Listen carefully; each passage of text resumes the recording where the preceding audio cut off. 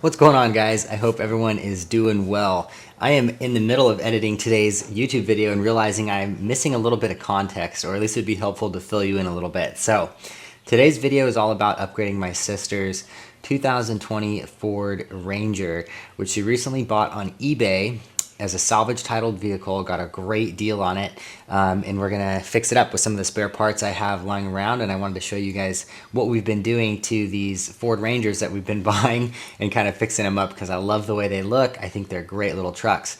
However, I thought you probably might have more questions too, because this is the third Ford Ranger that we've bought with a salvage title online in the last year. And I say we as in I bought one, my dad bought one, now my sister bought one, and they're great little trucks. So thought I'd walk you through kind of like what we're doing and how it came about. So last year, my dad bought a little blue Ford Ranger 2019. It was rear-ended. I fixed the frame for him. That one turned out awesome. And then I was inspired by that, bought a 2021 Ranger Trimmer Lariat. Same thing, rear-ended. Fixed the frame. It had been bent down in the back, welded that together, and it turned out awesome. I still have that truck. I love that truck. I'm about to start working on it more, building a camper and flatbed this year for it. And then my sister just got one. So this video is all about upgrading my sister's truck, taking it from what it looks like when it showed up from the East Coast to our house on the West Coast. They bought it off eBay and had it shipped over here. Got a great deal on it, 4-wheel drive. Really clean. My dad polished the paint. It looks awesome.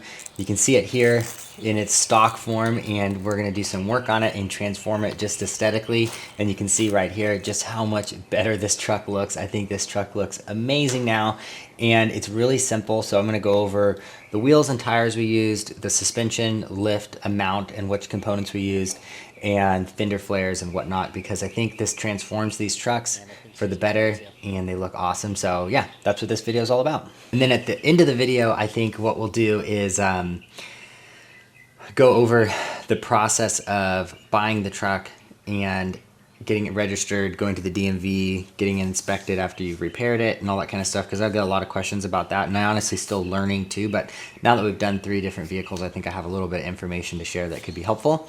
And I think I'm also including a clip from the gym, which is super random, but I don't know if you guys probably don't know this, but working out, fitness, health, lifestyle is actually probably a bigger part of my life than doing projects. Like if I had to look at my life, I have like God, my family, fitness and health, and then projects. If I had to drop one of those things out of all those things, I'd have to drop the projects, and I would still maintain the fitness, outdoor activity, like general health aspect, because that's just a huge part of my life. Anyways, I thought I just wanted to include it more into my content because it's something I do actually even more than the projects. Is I try and work out every single day. One of those things I've been doing has been CrossFit style workouts for the last like 8 years. And prior to that, field and track and sports and stuff, but I never really did bench press. So random, but never really did bench press. So this last couple of weeks decided I'm going to do my first like bench press routine.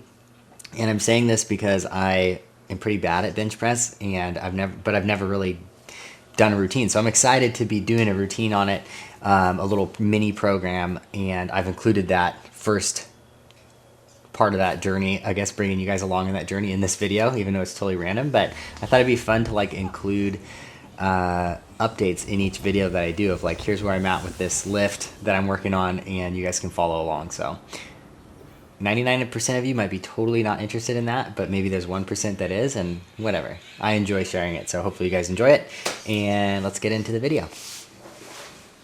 All right, so here's the parts we're going to use to do this. So a set of Firestone MT2 mud terrain tires. These are 285 75 R16.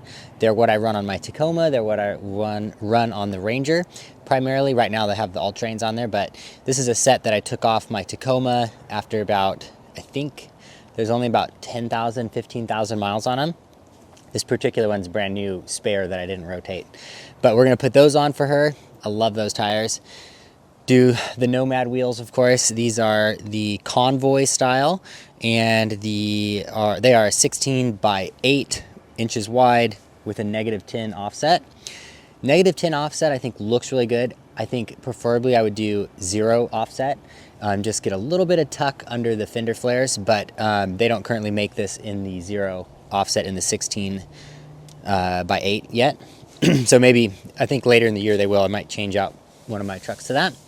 Then we have the Fox Factory 2.0 shocks that come on the trimmer, which is my truck. And when I was working on my truck, my Salvage Title Ranger, I took these off because Fox reached out and offered to send me a set of their Performance Elite shocks. So I had these sitting around, and I really like these shocks. I mean, honestly, coming from these to the Performance Elites, there's not a huge difference in the ride quality unless you really tune in the newer Performance Elites that I have, which if you have the same truck, you know, just a stock truck with these and a stock truck with the Performance Elites, I think they're pretty close. I think it's when you start modifying it a bunch like I plan to, where I'm going to have the camper and all that kind of stuff, and I can really change the dampening and everything. You can really tune in the Performance Elites to be like way better. But anyways, that's my experience so far. And oh yeah, last thing is the EGR USA fender flares, and these are same fender flares that I have on my Ranger, and I really like them. I think they're the best flares out there, especially for the price. They're made in the US, they're laser measured, so they just fit the body super well on the Ranger. So we're gonna use those as well. And yeah, excited for this. I think it's gonna make a big difference, so I'm gonna get to work.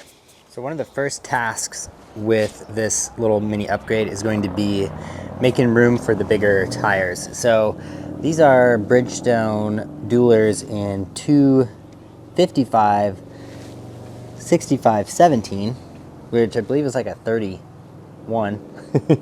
Pretty small. These are what we're going to put on it, which is going to be the Firestone MT2, which is a 285 75 R16, which is basically 32.8 inches or 33-inch tire, basically. But they are a lot bigger, and they totally fit on these trucks. You just have to do a couple things. So I'm going to show you what you have to do right now, and that's what I've got to do to get these on. So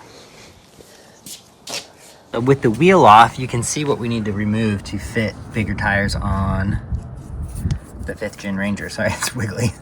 Basically what we're going to do is cut right here and remove this whole bar, and then same thing back here. I'm going to cut right here and remove this part of the bar. These are crash bars, and they are made to prevent the wheel going into the cab more and damaging the cab. So removing them to fit bigger tires, yeah, probably not recommended for safety, but that's what everybody does. You could also come up with one, like a custom one, that would insert into there that was farther back. Behind here is the cab mount, so you can't go too far back. Or you can try cutting it like this, but I think at that point it's not really that strong, so it's probably not gonna make a difference safety-wise, or at least durability-wise of your truck if you get smashed. But that's what we're gonna do. Cut right here, cut right there, and then we'll have to pin this back a little bit and probably trim this part of the fender flare, just so that the tire doesn't contact when it comes in. Looks like we also have brand new rotors my dad put on before he gave it over to my sister, so that's super nice too. All right.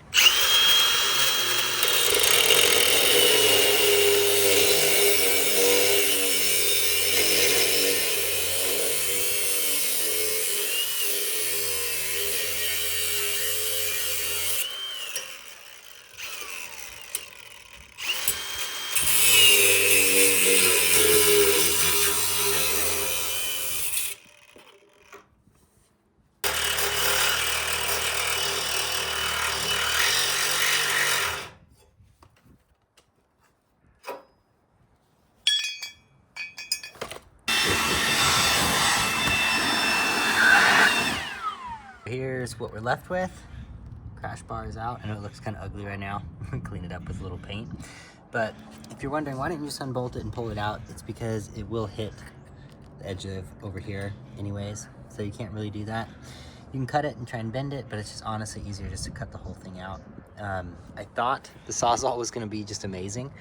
It did not even want to cut the first part, so I used the cutoff wheel to go everything but that back piece and did the Sawzall down the back. So, and then I also trimmed this portion of the fender flare, which we're gonna put the new fender flares on, but they actually attach to the old fender flares. I left the bolt here. I haven't even cleaned this up. I'm gonna cut this little piece of metal out too. It's just a tab.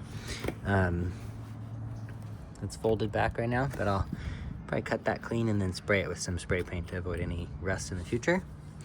That should get us there. And then for the front, we've got to cut out this guy right here. Same thing. You can unbolt them, but you have to have the front bumper off to slide them out. And it's just kind of pick your poison here. If you're already doing something to the front bumper, you're doing all this at once, take the front bumper off, unbolt these, slide them right out. We're not gonna do anything to the front bumper right now, so I'm gonna leave that on and use the cutoff wheel to get this thing most of the way through, and then finish off with the Sawzall.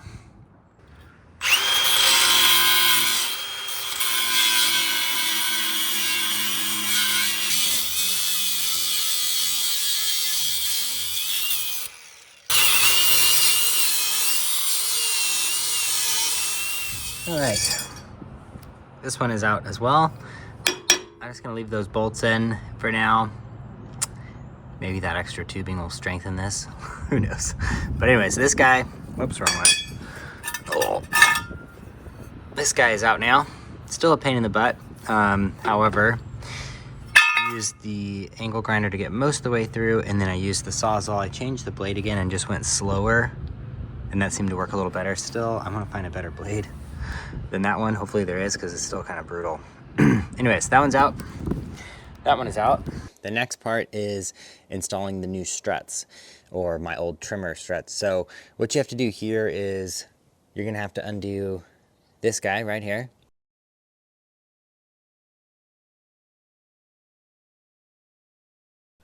You're gonna have to undo all three of the nuts on top of the strut.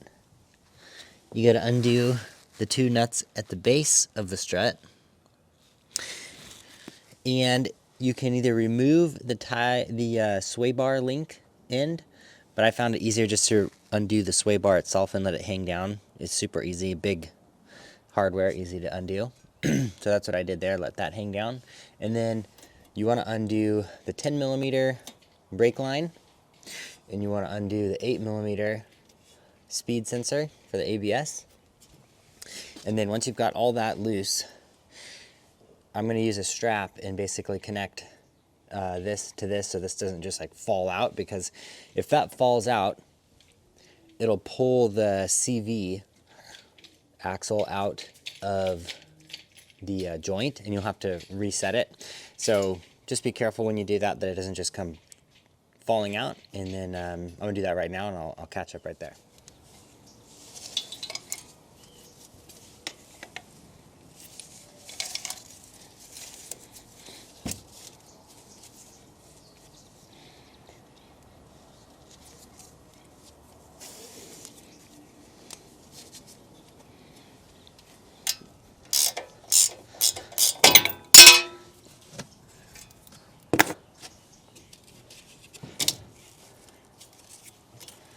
And that just, this strap will just keep this from slamming up and this from just falling out this way.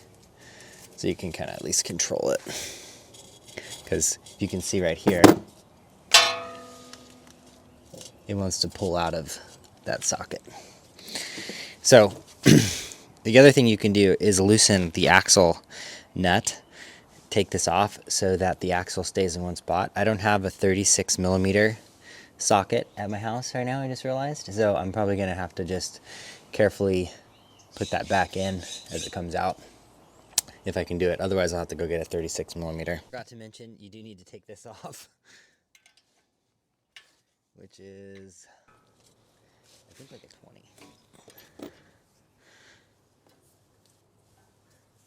Okay, I'm gonna leave that nut just like that until I hammer on this end of the steering rack attachment, basically. And you're just gonna hammer right here until this drops out. Kind of seems like it's not going to happen, but eventually it'll happen.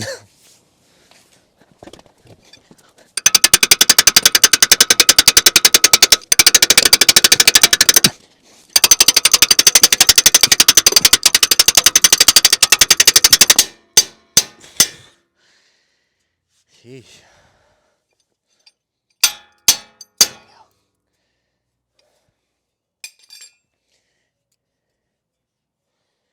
I'll have to fix that.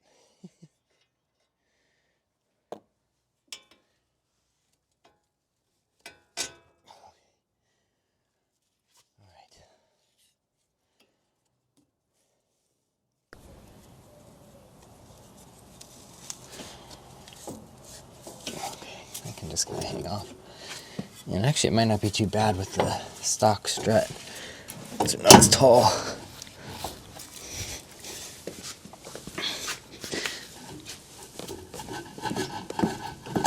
There we go. Part.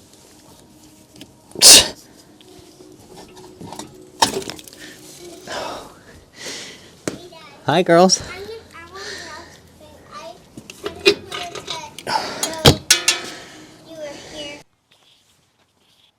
I know what you're thinking. Where'd you get that jacket? Yes. This jacket is from huckberry.com. Quick interjection into the video to tell you about my latest find on huckberry.com. Super stoked to have them as a sponsor of the channel for the year, and they've given me the opportunity to shop their entire website, pick out whatever I want, and they just asked that I share my favorites with you. So for this video, my favorite is something I just got from them, which is a made in the USA denim jacket, and I really like it. I've been wanting a denim jacket for a while. This particular one, like I said, made in the USA by their home in-house brand, Flint & Tinder. It has this really cozy kind of blanket flannel lining and one interior pocket, like wallet pocket, and then it's got two chest pockets and a corduroy collar. So this has been my latest find. I've been looking for, you know, a denim jacket that I could wear kind of just casually with anything. I've never actually had a denim jacket before, so I was a little trepidatious about picking one out, but I'm actually really happy with this one. I think it's going to go with a lot of stuff. I like the length overall.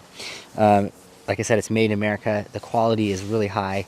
It's super cozy. This is a size large. I am a 5'10" male, about 190 pounds right now. I think I'd go with a large if I were you, if you're similar size to me. A medium might fit you better if you're a little lighter than 190. I'm trying to get back down to like 180, but I still think a medium's good, because if you're working outside in this jacket and it's buttoned up, I feel like the lats, like you wouldn't want to go any smaller than that because of how tight it becomes up here. But for me, size large fits my arms perfect, fits my waist really well, and like I said, it's super cozy. So this is my latest find from huckberry.com, and I just wanted to share it with you. If you want to check out this exact jacket, check the link in the description of this video, and you can shop their whole website and everything. They have a ton of stuff on there, and I'm going to continue shopping it myself. One other thing about Huckberry, and you might think, oh, you're overland under budget, everything should be super cheap. Well, I like made in America. The stuff I make is made in America, since I'm making it here in California. And lately, the last few years, really, I've just noticed that I like fashion, I like clothes, and I often shop kind of here and there, and I try this and I try that, and I'm often looking for like kind of lower priced, affordable, like TJ Maxx, like maybe Costco, like maybe Old Navy. Like this shirt's Old Navy. I like it. But I end up buying a lot more stuff, kind of like hoping it'll be good. And I would say maybe 1 out of 5 items I buy like that turns out to be really good. But I end up wasting a lot of time and probably spending the same amount of money as if I just found exactly what I wanted, even though it's higher priced, it's higher quality, and just buying exactly what I want. I don't know if it's just getting older, probably making more money now. I'm getting close to 40 years old. I'm just like, I just kind of want what I want. I'm tired of trying to find it and just skirting around it. And if you have time to go thrift store shopping, I feel like that's a great way to find really quality stuff, but you got to spend the time to do it, and it's hard. It can be hard to find. So I don't have time like that right now with all the projects, with the family, with everything else going on. So huckberry.com has been amazing for that. I feel like I'm elevating my style. My wife likes it. I'm enjoying it. And hopefully you guys enjoy the finds too. So, okay, back to the video. Also, what do you think about this cowboy hat? Oh, baby. This hat's not necessarily from Huckberry, but, you know, I pay property taxes. I got 3 acres. I don't have a horse, but there's some sheep up here I see every once in a while. All right, out with the old, in with the new old. These are the struts off my trimmer, which you can see in the back. These are Fox Factory 2.0s. They're not adjustable, but having done a camping trip with these on the Ranger, I was really impressed just how well they soaked up the bumps, especially at speed. So I think these are gonna be a really nice upgrade. They already are 1 inch higher than the ones we just took out. And we're adding a 1/2 inch metal spacer on top of the strut. So it's not compressing the coil at all or anything. It's not changing the dampening. It's just gonna add a little bit of room on top. This 1/2 inch spacer is gonna give us a whole inch of lift. So we'll have 2 inches over the factory XLT, which is 1 inch more than the trimmer. And I think it's like the perfect ride height. 2 inch in the front. Doesn't do too much to the geometry up front. Doesn't make the ride super harsh, but gives it that nice lift and kind of levels it out without being completely level. I think a little bit of rake still looks good. So that's what we're gonna do. These little lifting rings right here that I'm using, I got these online. I think they were like 60 bucks. They're just pieces of steel, like big washers basically. I think they're by Traxta, I think. But anyways, it's gonna make it just a little bit harder to get in there, but not too bad. So we're gonna put these in, and then it's just all about buttoning everything back up. Let's do it.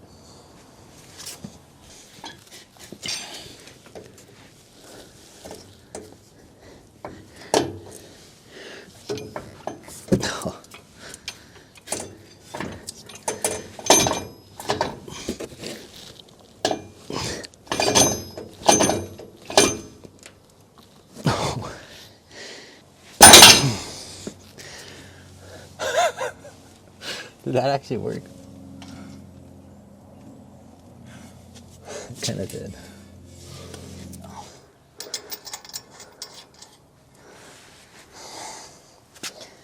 That's in.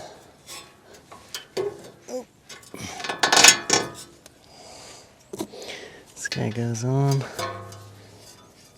Okay, so new struts in.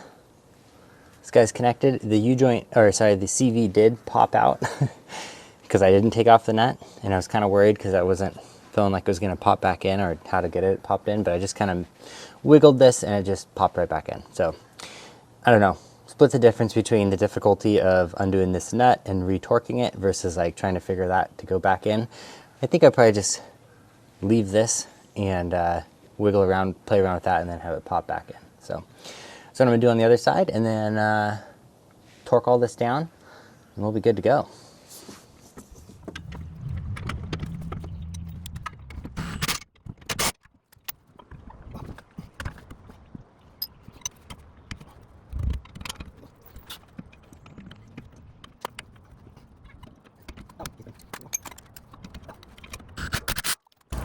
I wish my Fox Performance Elites had these really nice shaft guards.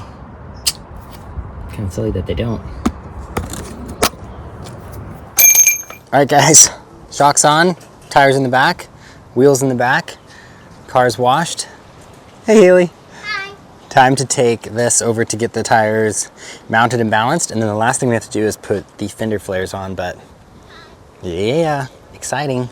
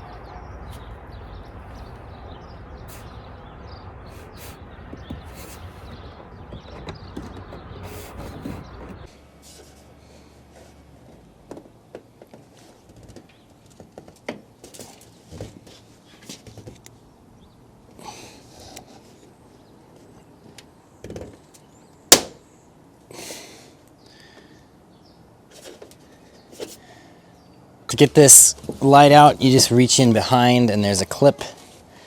You'll see, once I get this, you're just pressing on this to release it. Looks like this needs to be tightened up.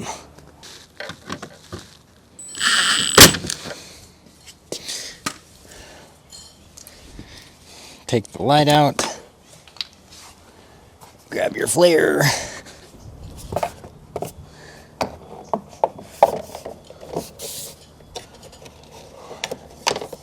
Oh, do I get more? Is there any oh my gosh, is there any whipped cream?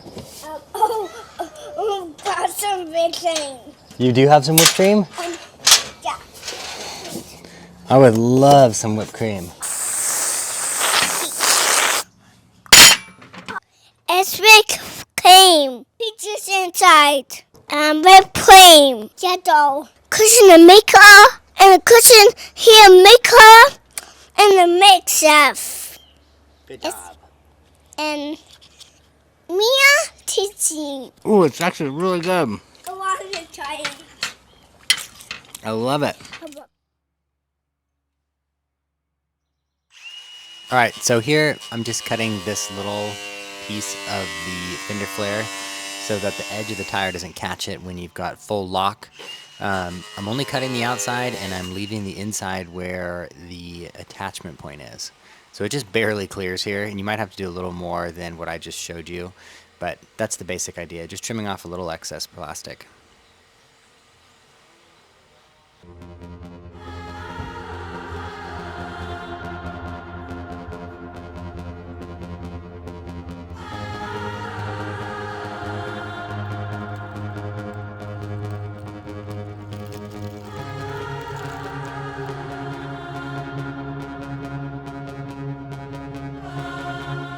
Alright guys, here it is. How good does the Ranger look now?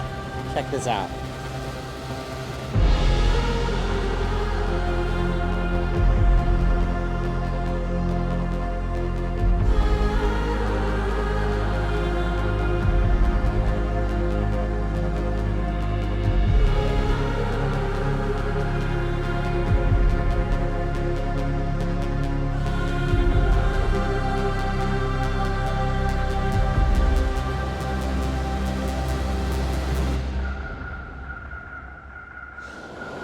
Man, I love the proportions of the cab in half, or the extended cab, versus the four doors.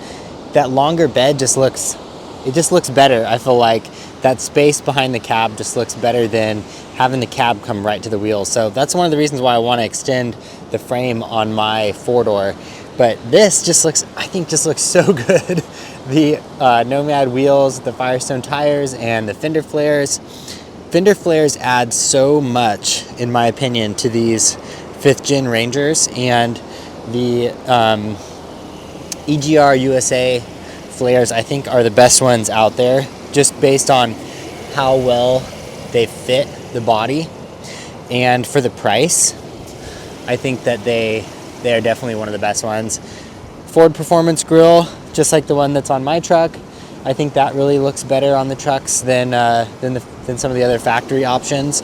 I didn't end up changing the headlights on hers because I actually like the way these look a little bit better, and the ones that they had picked out just have that one LED bar on the bottom and doesn't have like the Mustang slots like that are on mine. And I don't know, I'm gonna leave it up to her if she wants to install those. It's kind of a lot of work to install, so I also kind of ran out of time, but I actually really like the blacked out stock ones. Even though they're not LED, I do think they look really good with the whole setup. Having the silver gray bumper, like lower part right there, I kind of want to paint mine that same paint match gray instead of the right now mine is this kind of gunmetal, but I really like the contrast of having that, and putting the winch inside there with the same color steel I think would look really good.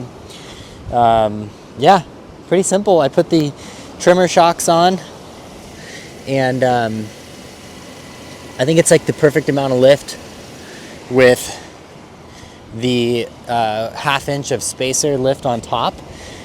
Gives you basically 2 inches over stock, and I've got the Fox factory I didn't put the spare in yet, but I got the Fox factory trimmer shocks in the back as well. Kind of nice looking.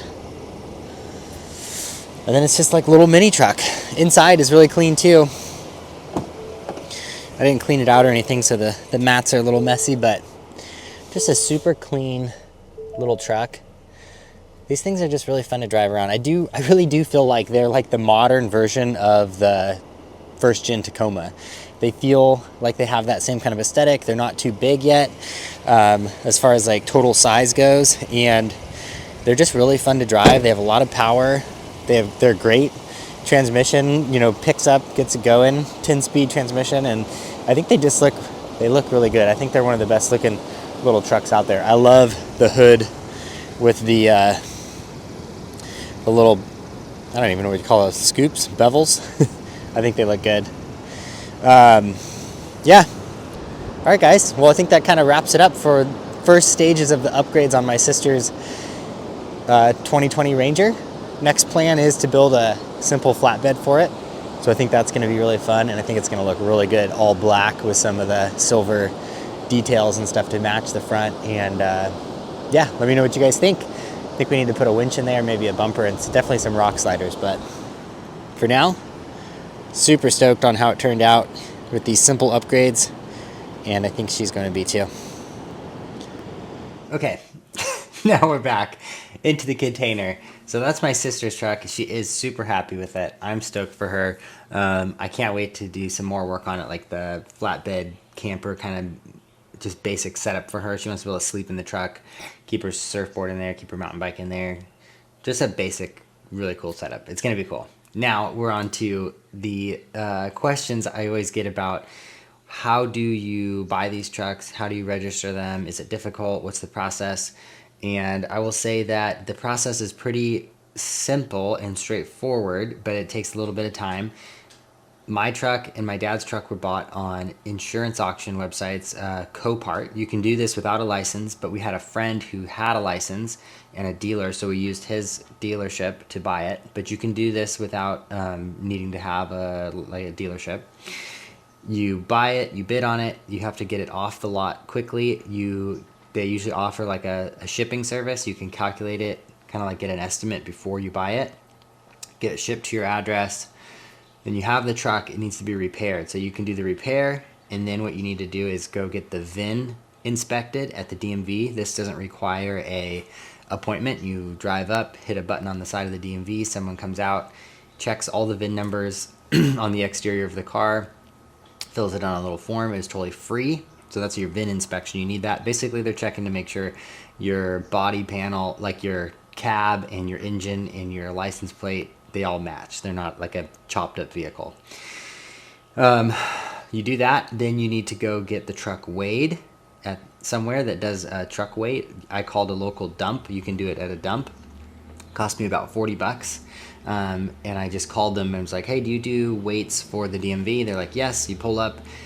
Helps if you hand them a little piece of paper that you've written all your details on, like your make, model of the truck, VIN number, and your driver's license number, and you just kind of like hand that to them so they don't have to ask you all that stuff. So you get your VIN inspected, you get your truck weighed, and then you need to get your vehicle inspected. They just changed this in California recently. It used to be a brake and light or lamp inspection, where they just basically do your blinkers work, do your brake lights work, you're good to go. It's much more in depth now, and it's kind of expensive. It's about $400 to $600, and they have to inspect the whole vehicle. They take the wheels off, they measure the brake rotors, they check to make sure the brake pads are good, they look for any leaks, they look for any cracks in your headlights, tail lamps. You can't have any of those. You can't have any dash lights on, no check engine lights or anything. Once you pass that, then you get a smog check, and with all that stuff, you're basically roadworthy, and you go to the DMV and you register the truck just like you would. Insurance is also easy. You just call them, tell them you have this VIN number, and get insurance on the truck. If it's roadworthy, then it can be insured, and you're good to go. That's it. That's basically it. It goes from being a salvage title to a rebuilt title. So it's a repaired truck, a repaired car. There's tons of them out there. It's a pretty normal thing, and that's the process. So I always do this, but I'm going to say it 3 times, I guess. So VIN inspection, get your truck weighed, do a smog check, make sure you have no dash lights on or anything like that, and then go get your vehicle inspection. Once you've got your vehicle inspection, then you can just go to the DMV and get it registered. You're good to go. Okay, now to the random clip of me in the gym doing bench press, which is so random. It's like the most random exercise I do, but it's in here. Maybe it'll start me rolling on including more fitness in my next video. So, all right, bye. Okay, so one thing I've been working on the last 2 weeks now is bench press. I've never really done bench press before for any type of program, so just decided to do a simple program of 4 sets of 6 reps. And things I've been focusing on is basically keeping the bar as low as possible on the outside of my palm instead of like up here, keeping my elbows in, and keeping my back the whole time. It's been like my hardest things to work on, so that's what I'm working on now. I'm currently at 195 for 4 sets of 6, and I think I'll just keep including this as I go up and keep you up to date with how I do it.